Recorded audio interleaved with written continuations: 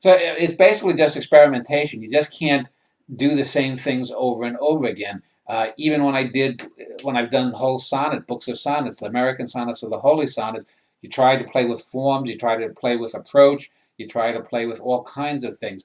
As I mentioned, this current book I'm doing is basically 27 chapters of a spy talking about different aspects of his life and remembering them.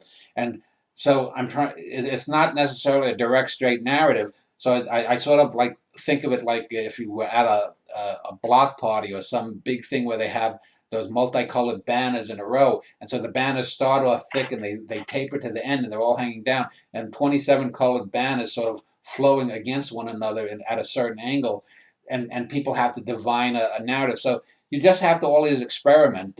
Again, unless you had a specific question, you just have to do things differently. And so in each of the books, my writing and my thought process got a little bit more complex over the months, and I did one that was all missives, all letters, and so you just try to do different things. So you try to sometimes do it in first. I think I did two or three of these memoirs in second person, where you, we, which is very difficult to do. Writing in second person is probably the most difficult of the perspectives to write from.